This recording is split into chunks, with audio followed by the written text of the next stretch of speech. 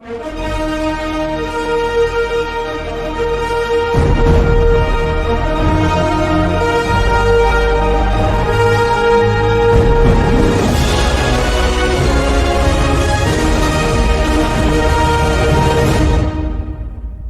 back, everyone, to another episode of Enjoy Life. Make sure to go like, comment, and subscribe before we start this video. But without further ado, my guest today, he is the owner of Next Generational Martial Arts here in Thibodaux, Mr. Scotty Smith. Thank you for coming. How's it going, man? Thanks. Good. Thank you so much for coming.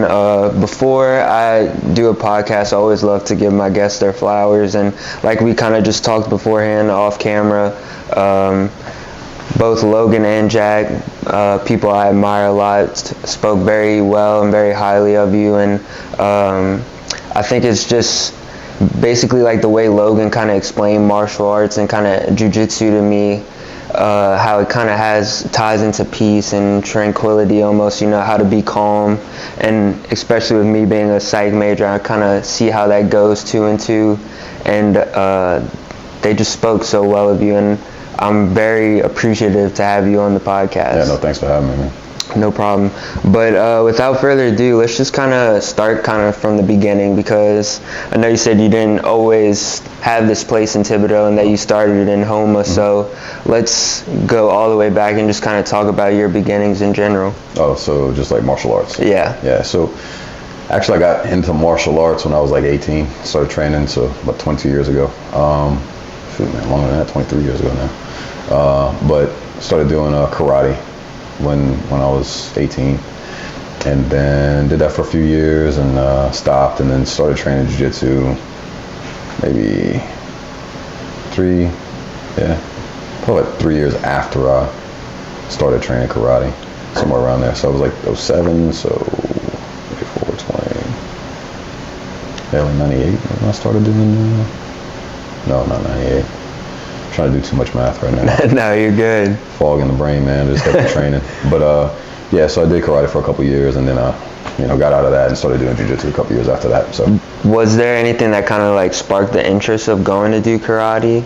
Well, or anything? So I have a younger brother. He lives in Lafayette now, and he had started, and he was going there.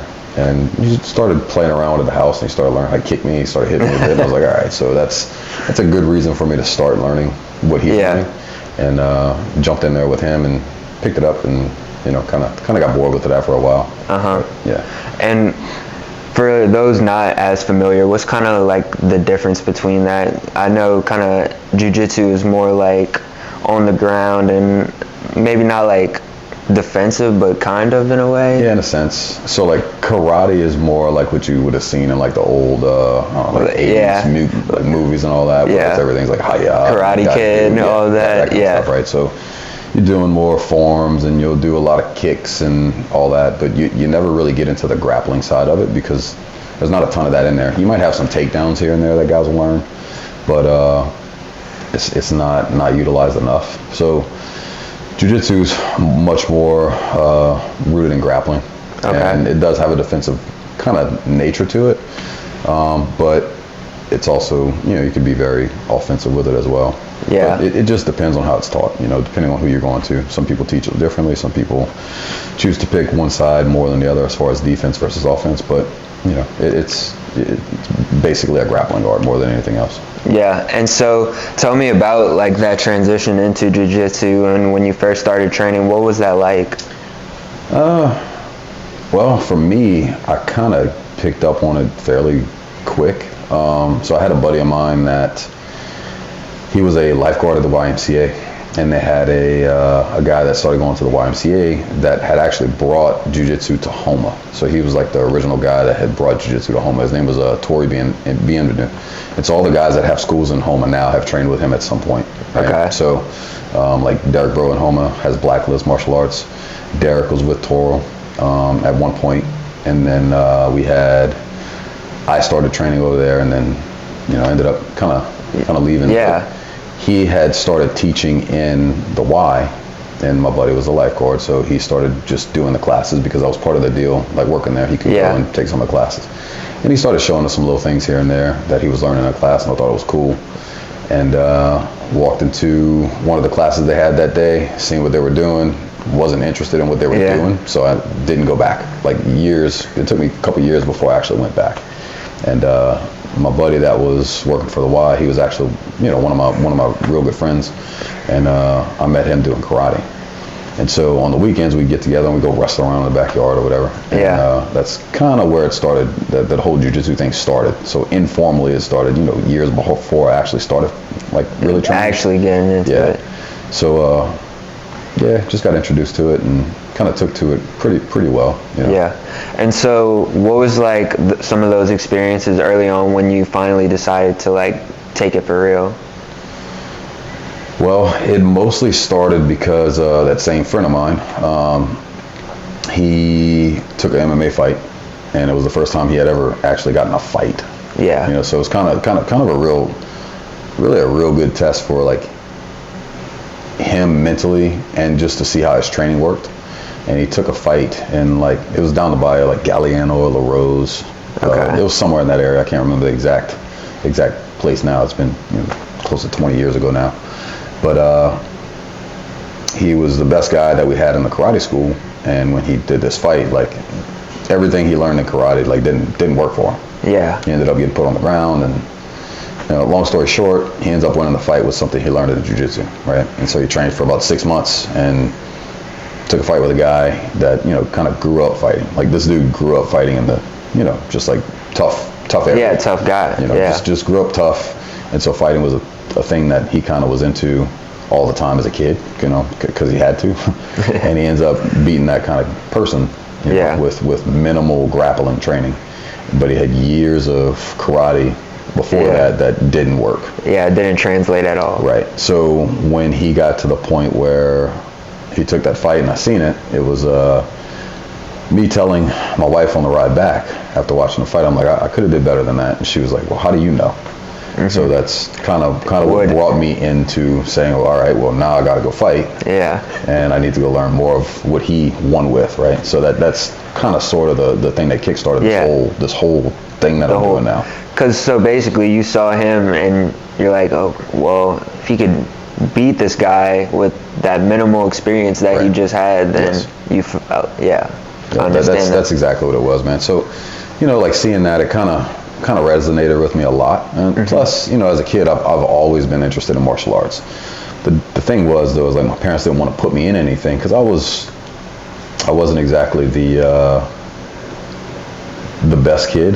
Like I wasn't a horrible kid, but I was hard-headed, didn't want to listen. Was already kind of getting in fights on a regular basis as a kid. And they were worried that if they put me into something to really show me how to do, how to fight, they didn't think it would actually do what it was going to do for me. They seen like, well, he's just going to fight more and more and more. But they didn't understand like the holistic side of it, where it kind of teaches you self-control and discipline. They didn't see that part of it. And it took me years before I was able to actually start doing it. So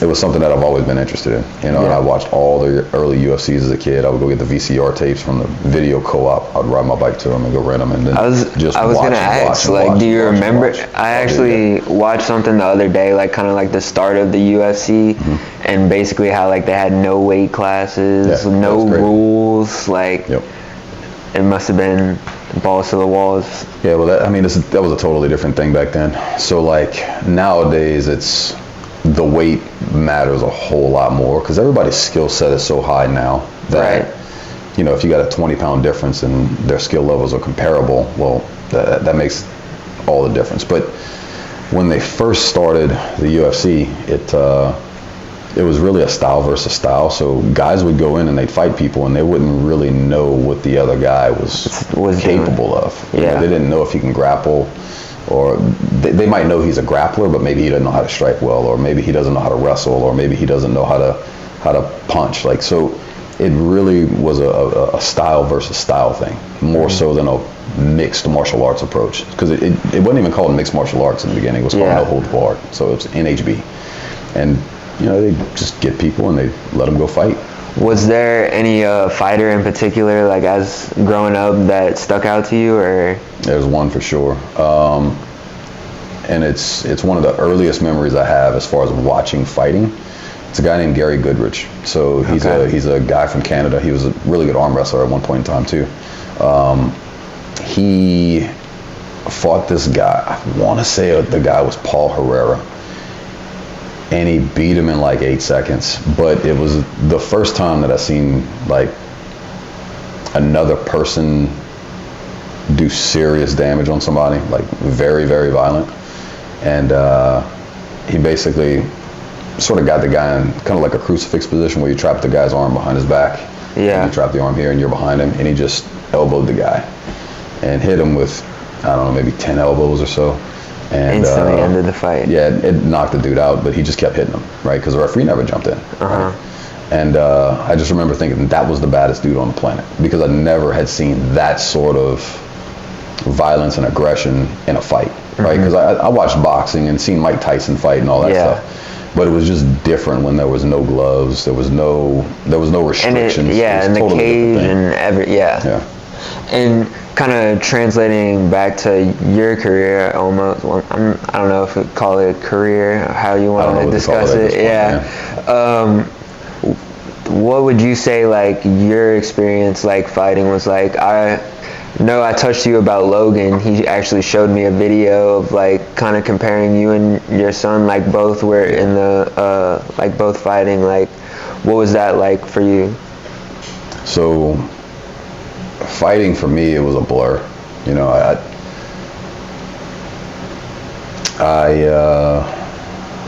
I mean, I remember a lot of it, but the moments I don't remember it that much. I didn't really have a whole lot telling me like to take it all in and like realize what you're doing until kind of like my last fight. And that was that whole portion of my life was kind of, I don't want to say like I don't remember it, but it was a blur, because you know, I had a wife, 2 kids. Actually, when I started training, my wife was pregnant. Okay. So she was pregnant for our daughter, and I'd go to work in the morning. I'd go to work at 6. I'd go work in the off field. Get off sometimes 6:30, and just go and train. So I was looking back on it, I was managing my stress from working a job that I hated by going train. And getting ready for fights, that was kind of part of my job. You know, at that point. I wasn't making money doing it, but it was keeping me sane enough to go to work and be able to keep myself together. So I'd wake up in the mornings at 6 and basically train till, you know, kind of 10 o'clock at night, and then go home and then do it all over again. So my days were really, really long then. So it all, those couple of years were it was just fast. I didn't get a whole lot of time to really sit back and reflect on what I was doing, because I was just in it too much. And you know, what I can tell you though is the experience itself, like being in a cage,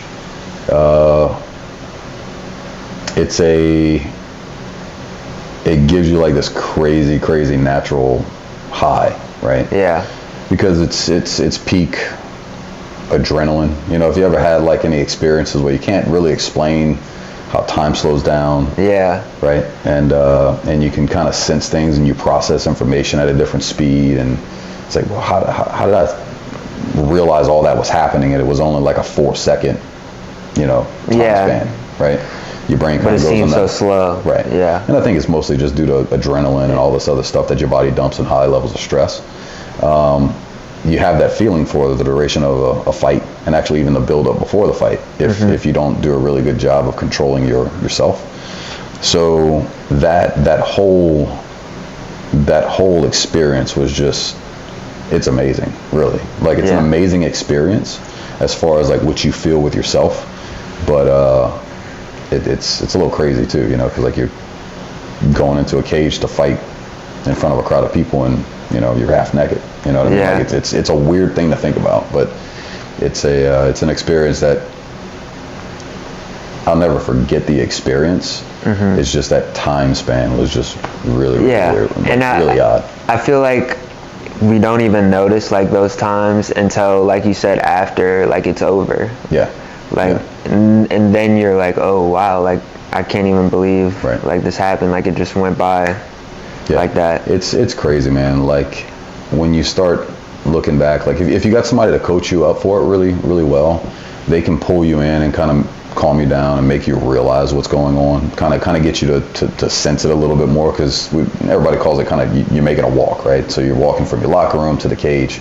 Like when you walk from that point A to point B, once you cross that threshold and you actually step into that arena, being able to understand what you're walking into is an interesting thing, and that would be a good, if you're a psychology major, dude, that would be a good thing to study up on, is like what goes through people's head during that walk. That would actually be a really good case study, just to see, because some guys deal with it all differently, like guys like Tito Ortiz, who's a big name in the UFC, he would puke backstage, like up until he would kind of be visible to the audience. Like I remember hearing him talk about that, like just he'd puke on the way there. They'd have a bucket with him. He'd throw up in the bucket. Like it's crazy. I mean, I bet, because like you said, like the adrenaline just in general, once you step in that cage, like I can't imagine the nerves. And it is actually something I'm interested in, because I'm kind of shifting, like focusing on sports psychology. So any type of sport, especially fighting like that, I think it's definitely interesting. And especially like you said, I never thought about it that way, like that walk into the cage. So it's that time frame, man, like because there's a definite, because there's no escape. You're committed to it, right? And if you trained up for it like you should, you shouldn't be. You almost don't have a choice but to do it, because you just wasted months of your life if you prepared and you don't go in there. So it's a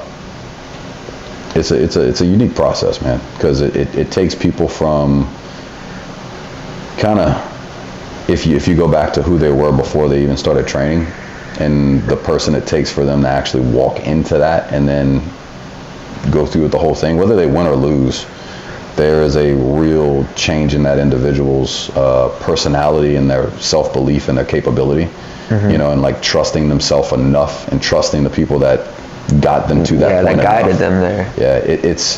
It's a unique thing, really. I don't think everybody should do it, but it is a thing that for a certain group of individuals, it's a very, very unique experience. And I say that because some people, I think everybody can maybe get themselves to a point where if they're matched well, they can kind of go through that whole process if they trained up for it. But it's some people don't have the makeup for it, and others do.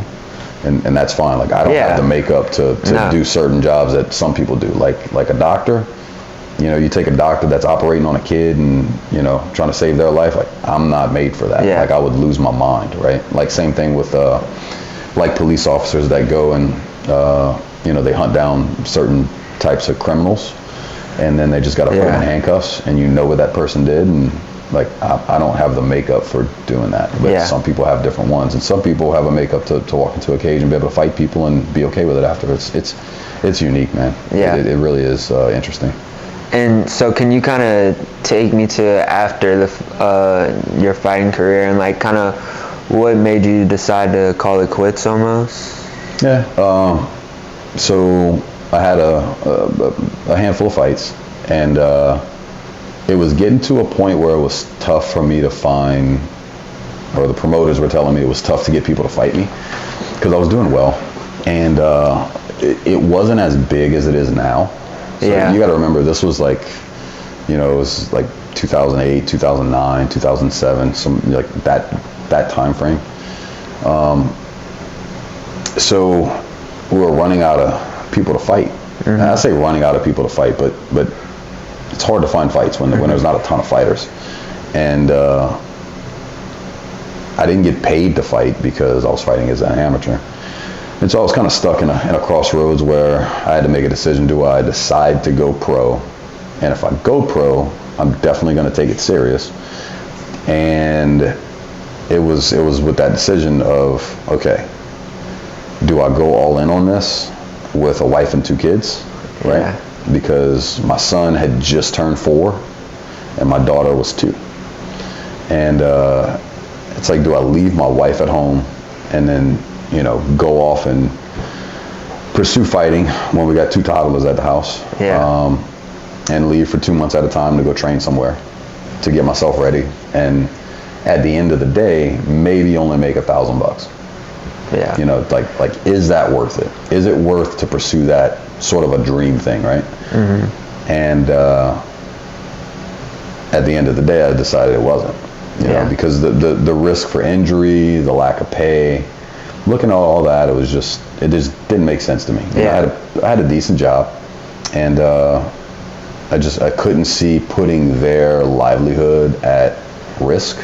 Yeah. If I got injured. So I just kind of walked away from it. Kind of just left. Never told people I wasn't fighting again, and I'm not. But I never said I'm retired or anything like that. It's just, I was just okay with walking away and not having to give people a reason for it. Yeah. Really, because you don't really owe them a reason. No, I got what I needed to get out of it for myself, right? Like, I proved to myself that I was capable of doing it, and the things that I had to get over for me was done. Like that part was just over.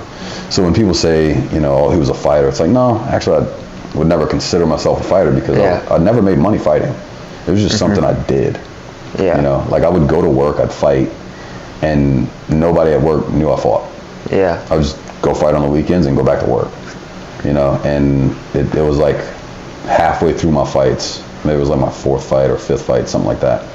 One of the guys at work walked up to me while I was like, I don't know, I was building something because I was a fitter. And he's like, you fighting this weekend? And I looked at him, I'm like, how does he know? Yeah. And he's like, well, they just said your name on the radio. I'm like, oh crap. I'm like, yes, I'm fighting this weekend. He's like, you do all that cage stuff? It's like, yeah, I've been doing that. He's like, what? So his name's Sherwin Domang. He was my leaderman at Dolphin when I worked over there. And nobody knew because I just didn't talk about it at work. I didn't want anybody to know. Yeah. It's not like you needed. Yeah, I didn't need the recognition for it. I didn't care about that. But as soon as guys at work started knowing, then they started going to watch me fight. So guys thought I was a fighter. I just never considered myself because I didn't get paid. I didn't make any money doing it. It wasn't my livelihood. It was more or less a hobby. It's kind of like a weird hobby, if you can call it a hobby. Yeah, a little hobby. Can I say I really admire how you decided to stick with your family, and I'm very close to my family, and my mom and my dad, and I think it's beautiful how you decided to stay and kind of be with your kids, especially at such a young age too. Yeah, look, man, it's experience, right? So like if I had, let's say if I'd have not had 2 kids, probably would have stayed doing it. Yeah. You know what I mean? Because I'd have been able to bring my wife with me, and there would have been ways to make it work. But like with 2 kids at home, and like my parents divorced when I was really young, and my dad worked offshore, and I never wanted to be away from my kids because of that. Like I wanted to be able to be there. I didn't want to miss things with them. I wanted them to know that I was coming home every night. And the thought of doing that to them is one of the big reasons why it was easy for me to make that choice. I say easy, like I had to decide. It's not like I just said, oh no, I ain't fighting no more. Like I thought about it, but it was just something that I felt was over with, and it was kind of good with just doing whatever I did and just leaving it alone. Yeah. Simple as that. Yeah. But can I ask, so transitioning to teaching, did you kind of start that immediately after, or was that something, were you just working and then the idea kind of popped up? Like, where did that get started? So while I was still fighting, the guy that I was training under, his name's Ernest Elmond. He's actually he's got master's degree in clinical psychology and all that. So I had him as my instructor, right? So he kind of seen some of the progress I believe that it made in me from training, and he started asking me to teach a class. So I started teaching a class once a week on a Wednesday. And so I got to make a lot of mistakes teaching from him giving me the chances to teach. Yeah. And so he and I would talk a little bit, and I kind of made up my mind after I stopped teaching. I mean, after I stopped fighting, that one day I would like to open a school. And he was a big component in helping me be able to do a lot of that stuff, and giving me the time to be able to kind of learn how to teach, you know. So that's how I started teaching in Houma on a regular basis. You know, it started out once a week, then, you know, maybe a couple days a week, and then before I knew it, I was teaching almost all the classes for him. And he was still kind of the owner of the place and the head guy over everything, but I was running a lot of the classes. So it gave me an opportunity to get my feet wet and then see if it was something that I really had a passion for. And turns out I did, and, you know, it ended up being more than what I could have imagined in the first place, you know. Like, I never would have thought that I would have made my living by owning teaching, a facility, right? Like, if you'd asked me this 20 years ago, you would have said you're crazy. I said, no, I don't think that's going to happen. But, you know, luckily enough, I met some good people, and they believed in whatever it is they saw that I was doing, you know, and they trusted enough to be able to help the whole process, you know. So it's not really me having this long drawn out plan of like, dude, when it comes down to having a business, I did zero of the stuff the way you're supposed to do it, you know. So people are telling me, oh, you got to have a business plan, you need to know how much money you need to make for this and this and this, you need to know how to market, you got to know how to do, you know, all these other things. And I did zero of that, like completely the wrong way if you'd asked like some sort of business major. But I just showed up every day and I was there. You know, and that's the important thing. Showing up every day, being disciplined. And so when did that kind of move into Thibodaux? So we opened here in 2016, but I started teaching in Thibodaux somewhere in I don't remember the date super well. It was either 14 or 15, 2014 or 2015. I started teaching a class for VOW. Okay. So the Virtual Academy of Lafouche. And it was sort of their PE class. Oh wow, that's pretty cool. Yeah, so I'd show up, I'd roll out my little mats, and kind of have these kids do jiu-jitsu as their PE. And I did that for, I think it was 2 school years, I believe. So that sort of got my foot in the door. And then, you know, 2016 is when we officially started teaching. And so how would you sum up that experience so far? Because I feel like it has grown so much. Like, I feel like I always go around Thibodaux and I see kids wearing a shirt or something. Like, it seems like it gets a lot. And so what has that experience been for you so far? So as far as like it growing, so the one thing I knew when we did start, I knew it was going to take a decade before it would actually start to get going. That's the only thing I really knew. So I just knew, like, show up every day, invest my time, and then just be patient. Like, figure a way to make it work and be patient. So we're at that decade mark now, right? And so the reason why I knew it would take that long is because you got to have a generation of individuals go through the whole thing and then have a handful of them that stick. Right? And then that kind of branches out and does its own thing. Right. So like when you have enough people that have stuck around long enough that they believe in it too, like they know what it did for them, and it's not just me having to say it. It's not just you all these other people. Yeah. They're like, no, this played a big role in how I shaped as an adult, or, you know, how it helped me deal with this and this and this. And so when you get enough people that are kind of saying that, well, it's like, well, I don't know, let's just go try it. And some people are going to try it. It might not be their thing, right? But it's actually going to be more people getting involved because of that. And if they have a good experience, great. You know, like, you don't want them to have a bad experience. It might not work for them, but if they can walk in and be like, no, everybody there's cool, like, you might like it. That's what it takes a long time to get, because it's it's just a long process. So as far as like that experience of seeing it grow over the years, it's just been like basically watching this slowly, growing plant. You just water it every day. You just water it every day and just watch it very slowly do a little bit more, and that's kind of what it's like, man. It's just showing up, and you got hardly anybody that's there, and then before you know it, regular classes are dozen to 20 people, and it's a pretty good feeling, but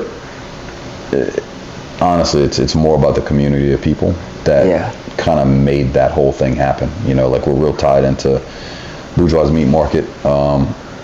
Those guys have been awesome, and they played a big role in kind of helping the whole thing grow. Another guy in town named Jonah Husbands played a huge role, and even giving me enough confidence too, in order to even open up here. Mm-hmm. He made a big push for me in the beginning to open up far before I was ready to, and he just knew like it would do good in this area. Yeah. Like he knew it. He believed. Yeah, he knew it. So, it's a lot of people that have to come together to be able to make something like that work. Yeah. It's not just one individual. It's not just me. I can guarantee you that, because again, I wasn't smart enough to make a business plan. I just showed up and just played with people. So it's neat, man. And it's to the point now where I don't foresee myself doing it anytime soon, but the community of guys that we have, like the place is gonna be able to be fine. If I needed to leave or go somewhere, or forbid something happens, like I think it's got enough legs under it to be able to hold its own, mm-hmm. which is awesome, because I do think it's helped a lot of people in a certain way, it's a different kind of maybe mental health sort of thing. Yeah, and that's kind of what I wanted to ask about next. Like Logan always kind of spoke about how it teaches you about this self-discipline and all of these things. Can you kind of explain that to me in a way? Yeah, like for somebody like Logan, I think it's Logan's a very, very driven, strong personality, right? Like, mm-hmm.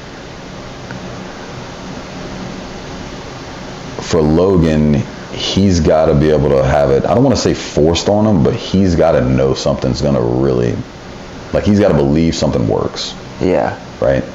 And it's also, he's got to believe something works, and he's got to trust the individuals that he's getting the information from, right?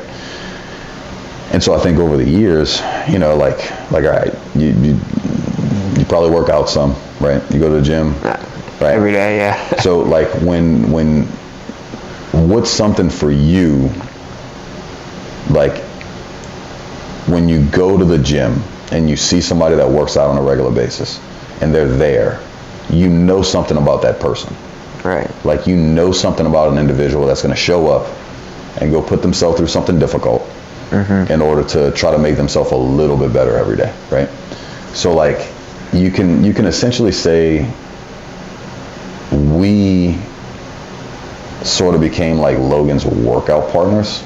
Okay. In a different setting, right? Yeah. So not dumbbells and barbells and kettlebells and more like, no, we showed up to push each other on the mats every day. Mm-hmm. And so like if you got a buddy that you go work out with, and you just tell him, look, 6 o'clock tomorrow we're gonna be at the gym, or whatever time you pick, and that dude's gonna be there every day. Right. Like that's somebody you can trust, right? Yeah. Because they're going through the same ridiculous nonsense you're putting yourself through, all the pain, right? So it's sort of like that. So when you show up and you train with somebody every day, and you're physically crushing each other into the ground, not with the means to like hurt one another, right? But to build each other up, like you're building the character in that other person. It starts to build this camaraderie, this brotherhood, this bond, that it's like, okay, I'll trust what that person says because we've traded blood, sweat, and tears on the mat. Yeah. And so you'll start to believe in that individual a little bit more. You start to believe what they tell you a little bit more. You'll start to trust them as a person more. Yeah. And I think that's what we did with Logan. You know, I say we because it was more than just me, right? It was all the other guys that we had that's been around since the beginning, and we just showed up and we were there. And so for Logan, he was in a room with a bunch of guys that he was a teenager, and all these other people are 10 years older than him. And so he got some mentorship while he was still developing outside of his home, from good men. Yeah, good guys. Yeah, people that wasn't going to steer him in the wrong direction. And I think that's probably the main thing it was for him. It's just all the fighting side of it just is kind of part of what drew him in. But I don't think he would have thought that he was going to get involved with guys that were going to be able to help guide him. Yeah, like he was. Like in life terms, I guess you could say. Yes. Yeah.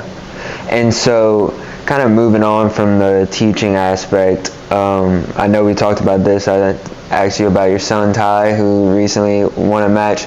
What is it like to see him fight and to kind of be in his corner almost? Does it feel kind of like a full circle thing in a way, or? I'll do this. I'll read something that I posted today on Facebook, because I just put this out today. I'm a horrible reader, but I'll do my best. It says, imagine watching your own child step into a fight, one you know will test him in every possible way. As a father, every instinct tells you to protect him.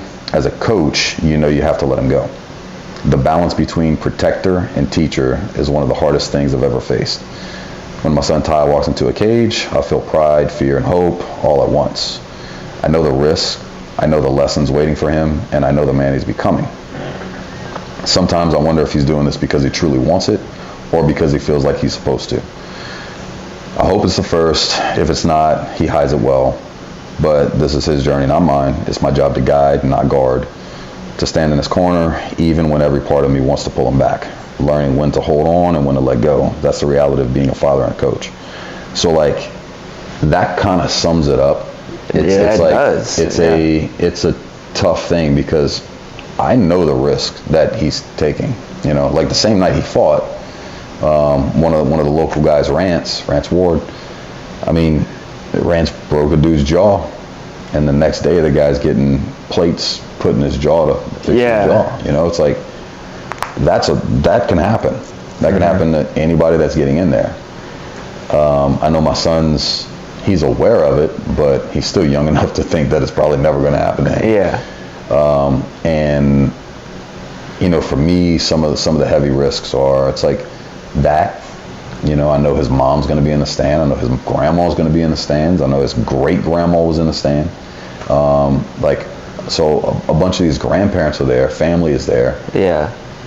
And nobody wants to see their kid get hurt like that. Nobody wants to see anybody they love to get injured like that. He's aware of the risk, and he still goes and does it.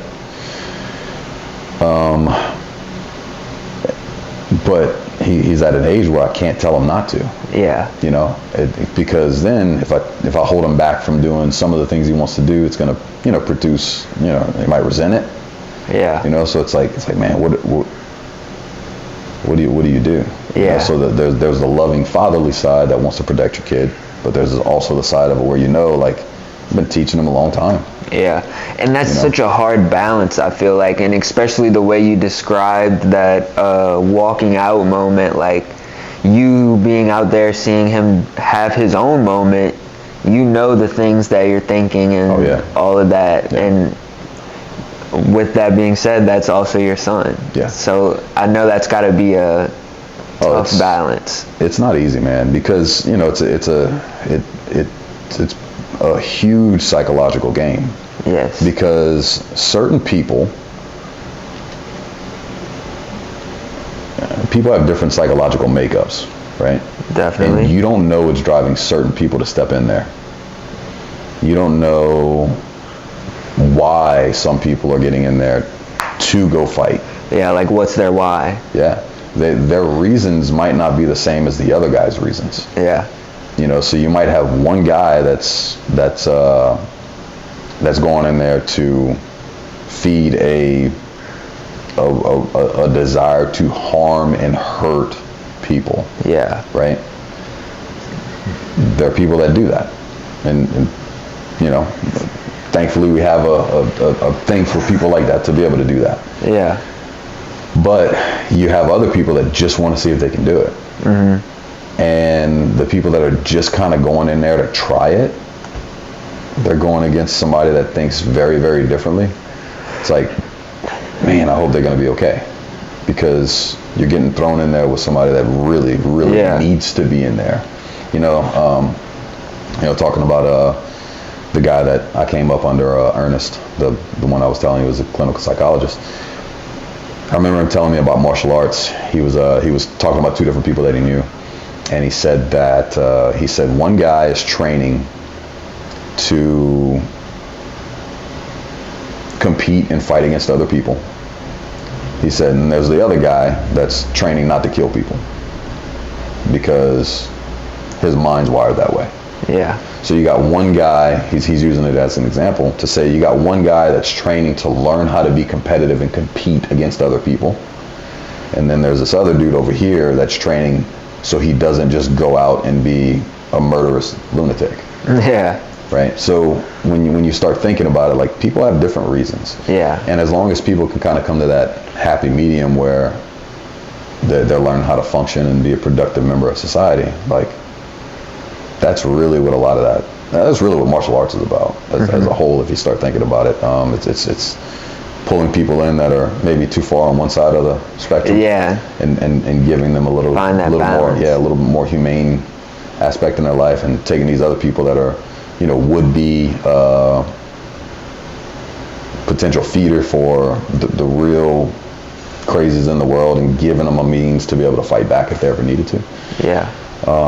So it's a different approach, man. Like, so me knowing that when you got guys walking out getting ready to fight, you can see it backstage. Some of them are really there because they want it. Yeah. Maybe they're coming out of prison. You know, like, that's for sure happened, right? Maybe they're like hardened criminals, and this is something they can do and not get in trouble for it. Yeah. You know, you got other people that are just doing it for the love of the game. Yeah, it's all different, man. It's a pretty extreme thing to try to take into consideration when you think about that side of the mental aspect of it, and what gets people to go in there and do those sorts of things. So, you know, with Ty, it's like, I just, you know, as a dad, you just want him to make sure he's doing it for him and nothing else. Yeah. I don't want him to do that because he wants to try to, you know, match with something that maybe I did. Yeah. You know, it's like, dude, you don't have to do that. Yeah. You know? You're your own person. Yeah, do what you want to do. Correct. Yeah. Live your life, but it doesn't have to be the life that I lived. Right. You know, if you choose to go that route, then by all means, I'm gonna get them access to the best people I possibly can. Because there will be a day where it's like, no, I got to send him to somebody else. Yeah. But, you know, if he chooses to go that route, that's on him. I personally hope he doesn't. But it's only because I think the fight world is very, it's a very tough world to be in. Mm-hmm. I have enough of a peek into it to know some of the things that, you know, it would take, and maybe who you have to become, but I can't make that decision for him. Yeah, it's a crazy thing, man. Because for me, it would have been easy had I not have kids. Yeah, to stay fighting. He doesn't have kids. Exactly. That's the part that scares me. But you know, also I don't want him to have kids just yet. He's too young for it. So we're kind of caught in this. You're always stuck in those happy mediums. It's a weird spot, man. But, yeah, it's if nothing less, it's entertaining. Yeah. You know, it's every emotion you can think of. You know, you're getting every emotion out there. Yeah. Yeah, it's everything, dude. But I know overall you still got to be proud as a dad. Yeah. Well, I'm proud that he's going out there and he's training, and he's hopefully overcoming any mental barriers that he has when he's getting ready and getting ready to walk out, because that is a flood of emotions that come over you, because you have no idea what's going to happen. You might get knocked out, you might get hurt. Are you going to be the individual that loses his mind and just goes crazy, because you got somebody beat and you turn into an animal, or you're gonna have some restraint, like you'll see videos of guys that they'll knock somebody out, right? And then the guy's clearly knocked out, and they'll still, and the dude will just jump on him and just pound on him more. It's like they know the fight's over. Like, will he have restraint to be able to not do anymore when he knows it's done? Yeah. Or is you see the wounded person that you could just continue to batter because the referee doesn't step in, Yeah. Those are the things where, like, people's character really show. Yeah, I was gonna say that kind of goes back to the mindset you had, like, what is your why? Because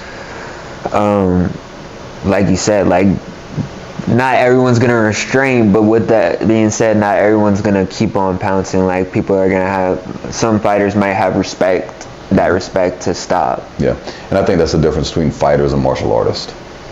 Okay. I think somebody that's purely there because they want to fight, right? And people may argue against this, and that's fine, but I think the more somebody becomes a martial artist, the less they're inclined to fight. But when it's time to fight, they're gonna fight. Yeah. Right? When the fight's done, they're done. Can they stop? Like can they restrain themselves to not do more harm? Because they really don't want to have to hurt people. Yeah. Right?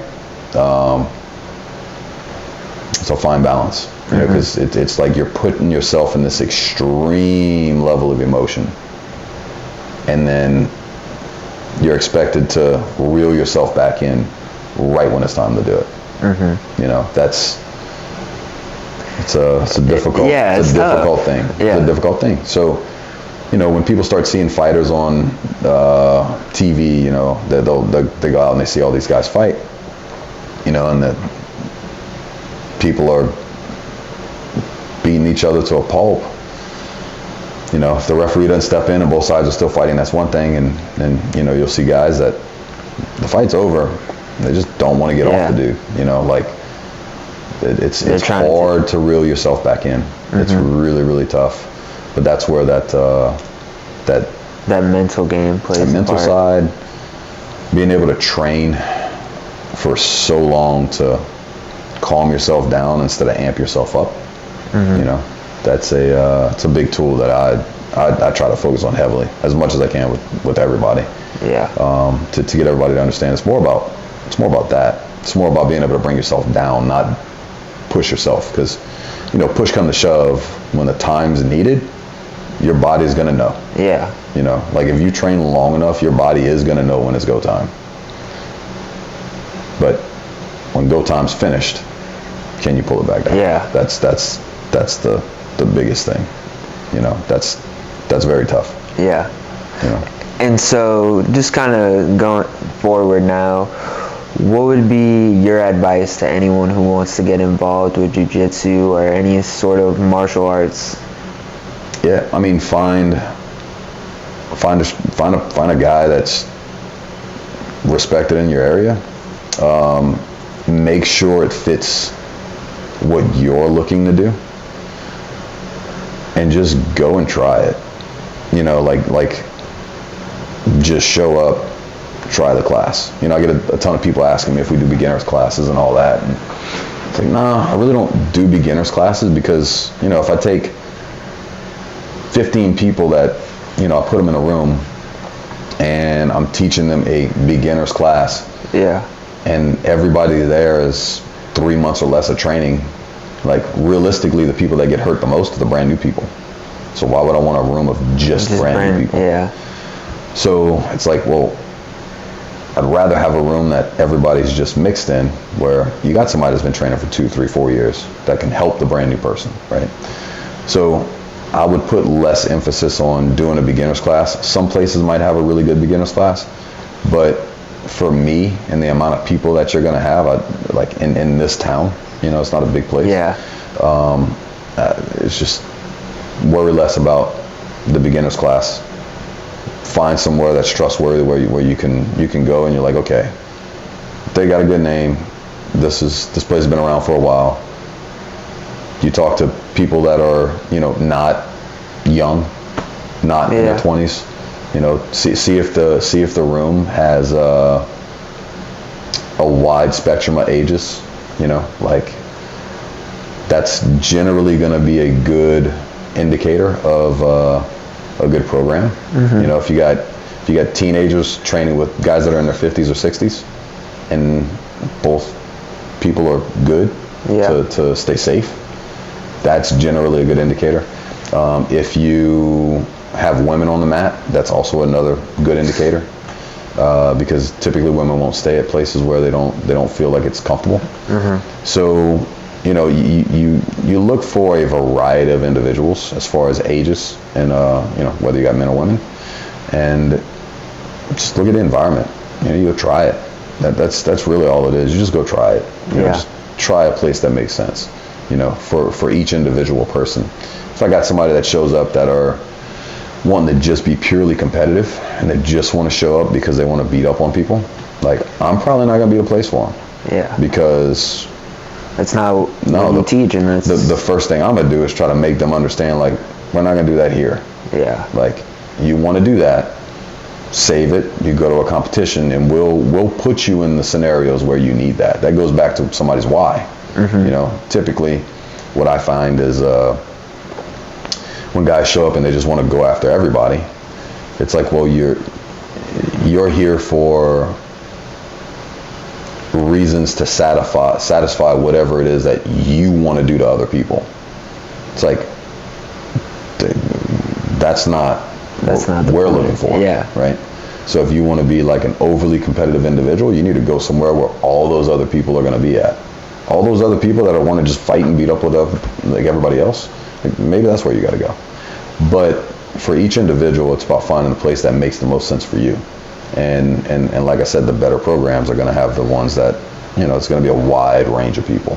It's almost not even going to make sense. Like, how you got this kind of person there, and this person, and this person, and this person. It's like, well, how does all that work? It's like, well, it's because it's a good community of people. Mm-hmm. You know, it doesn't have to be one particular type of person that only goes there. You know, it's and I think that just really goes important back into what you said about having such a good community here in Thibodaux. Like, I mean, Thibodaux is a great place, and just offers so much. So I can see how you can see that firsthand, how important that is. No, it's hugely important, man. And, you know, because everybody's got to be able to work together, right? Mm-hmm. And really, when people are training together, even if you watch people train, right, there's a lot of dialogue that goes without being verbal.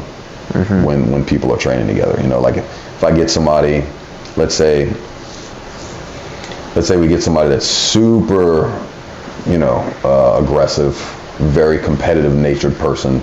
They want to win every single time. Yeah. And they start training with somebody that has been around for a while, right? Well, that person may or may not decide to say, all right, I'm gonna just obliterate the guy. Yeah. It's like, okay, they might be able to do that, but they're probably not gonna do that initially, right? The other person may not realize, and they might think that person is, but they're probably gonna show some restraint because they know the person's brand new, right? Mm-hmm. And what they're doing physically might be trying to tell the person, man, just calm down, calm down, calm down. The guy's not picking up on the physical language, right? Yeah. And so he'll just keep going crazy, going crazy, going crazy. And then the tone of the session goes up between those two, right? So you got one person that's way up here with their tone, right? And the other guy is kind of trying to reel him down this way, right? Trying to pull him back down, like, hey, dude, it's okay, just calm down, right? Like, think about it like if a police officer goes to a scene, and let's say basically they get called over there because two people are fighting in the middle of the yard and they're arguing, right? Well, their job isn't to show up to escalate the scenario more. Yeah. It's to try to get those people calmed down, and hopefully be able to send them off their separate ways and him leave and nothing happens, right? Yeah. So essentially, when those two people start training, whoever's yelling the loudest, if they don't have the ability to really yell, the other person that has the ability is going to try to tone that person down, right? It's just whether or not that individual can pick up on it or not, right? And so eventually it's like, all right, well, he's not coming down. Well, now that person will start to step it up, and then all of a sudden the super aggressive individual starts realizing they can't win, and how long can they stay here with this guy, and then they'll start to drop their right, and then everything can kind of go back eventually, right? That's sort of what's happening with people when they start training together, and sometimes it takes years to get people to relax and calm down enough, you know. But it can't happen over time. The people that understand that physical language better than others are generally going to stick around a lot longer, and they're going to get better. So it's, you know, if you walk into a place and everybody's just like, if you walk away and you're injured because of somebody having a lack of self-control and just wanting to maliciously hurt people, that's just like, it's not always, but in most cases it's probably not a good environment.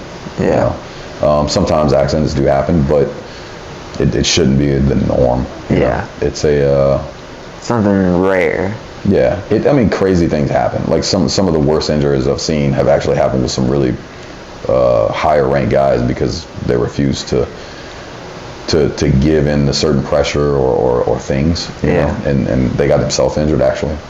But for the most part, that's a very rare thing. You know, it's there's a lot of dialogue, like I said, that goes on between people when they train. It's something to look out for. Definitely. Well, overall, I think we talked about some great things. I definitely enjoyed learning, especially about just your path and your journey. And I think it's just great that, and I know you said, you know, obviously you didn't do it alone, but I think it's great that you have set up this community of martial arts here in Thibodaux, and I really just want to appreciate your time. But the question I always ask last is, Scotty, why do you enjoy life? Life is, I think, when you